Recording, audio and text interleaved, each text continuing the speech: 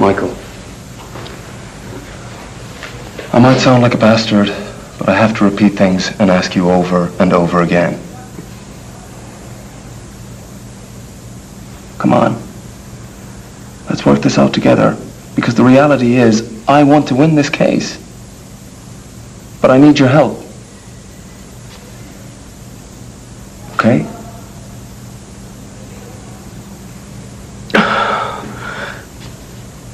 Are we pals now? Come on. Give me a hand. Let's shake it.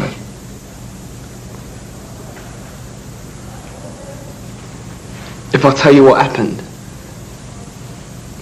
you won't believe me. I'm on your side. So try me. Try me. You don't need to repeat it. I just want you to understand. Understand what? What's to understand? You don't want to see me anymore. I don't care about you, Mikey. Don't be like them. What do you want from me? You keep me hanging around, you keep me waiting, you come and say this. The best, Mikey. The best for who? I just tried to go and you stopped me. I don't want you to go away angry. I know if I keep seeing you, I'll hurt you more.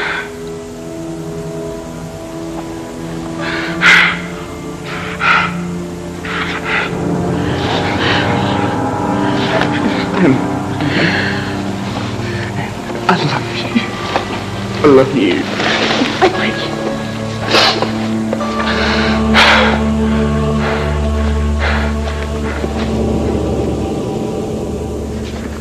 Lisa said you wanted these, and if you finish with those, then I haven't.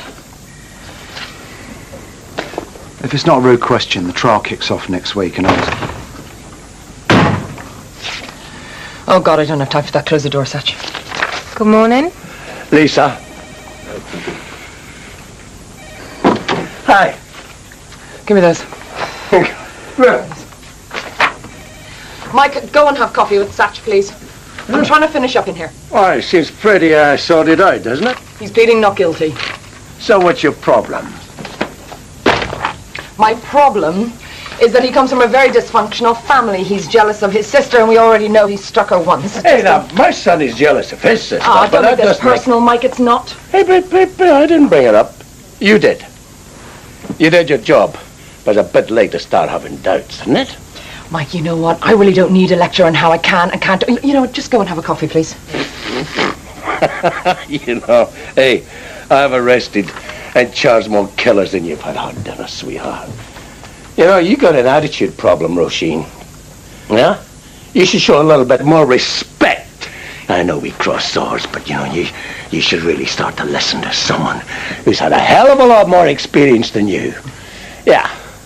Your job is to do exactly that, not bring up personal issues. Hey, this is not personal. I've had my doubts about this since day one. Oh, yeah? So if you've known about it since day one, why have you done sod all about it? Now is not the time. No. But just because they don't turn out to be happy families, you focus on the son. Yeah, you don't know the half of it, but yet you point the finger of blame at me. Oh, you know, Mike, this is just your paranoia. I'm just not completely satisfied. You don't have kids. You don't know what they're like. They fight between themselves. It means nothing. Oh, I'm sorry. Are you saying the fighting between your kids means nothing? I'm sorry. Did your son Richard not just go and maim and kill swans? Don't you go there. You don't know what the fuck you're talking about. Oh, really? And you do. You didn't even know your kids are starving school. You know what? No, I am not going to go there. Just, I'm not going to go there. Yeah, so you attacked me and my family, and it's all my fault. All I am trying to do is work out why James Harrogate was lying about leaving his grandmother's house. That's it. I am in no way trying to attach this to your situation. Oh, yeah, well, I'll tell you how interested you are in my situation, as you call it. You don't give a shit about it. Here, have my flat. You might need the extra space. Well, I did need it, but you didn't mean it. And I've never needed backup more in my entire fucking life. You certainly find out who your friends are. Oh, all you had to do was ask, Mike. I did! But you were too fucking busy watching CCTV footage. But don't worry, Roisin, because it doesn't matter. I don't need it anymore. But I tell you this, you better start showing some respect, sweetheart, because your fucking card is marked. Get it. My card is marked. Piss fucking Scott! off him before I smack it on his head!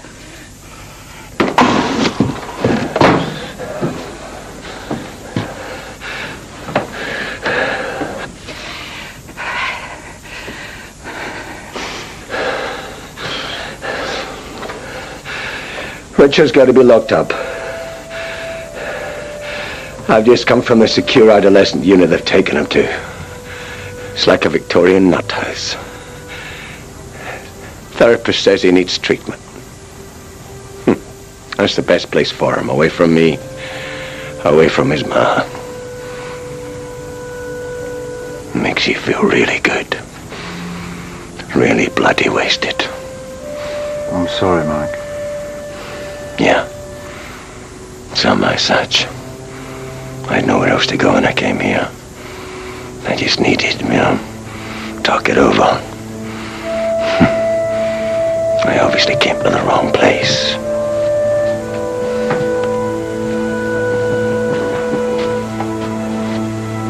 Didn't I? Reconstructions such as this simply tell us what might have happened, not what did. They demonstrate the trajectory a falling body can follow, the different types of impact that can occur, the sort of injuries that can be produced. I take it that demonstrations like the ones you conducted cannot help with the central question of, did she fall or was she pushed? They can show us what happens after a fall begins, but they don't help us to what caused the fall. My lady, may Dr. Kinton demonstrate from the diagram?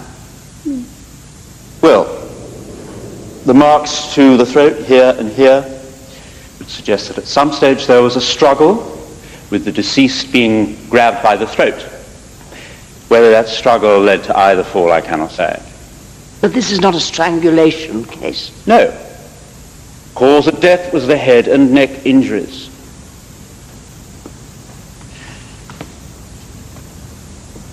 Are you saying that is characteristic of a stair fall, the marks to her throat, her arms?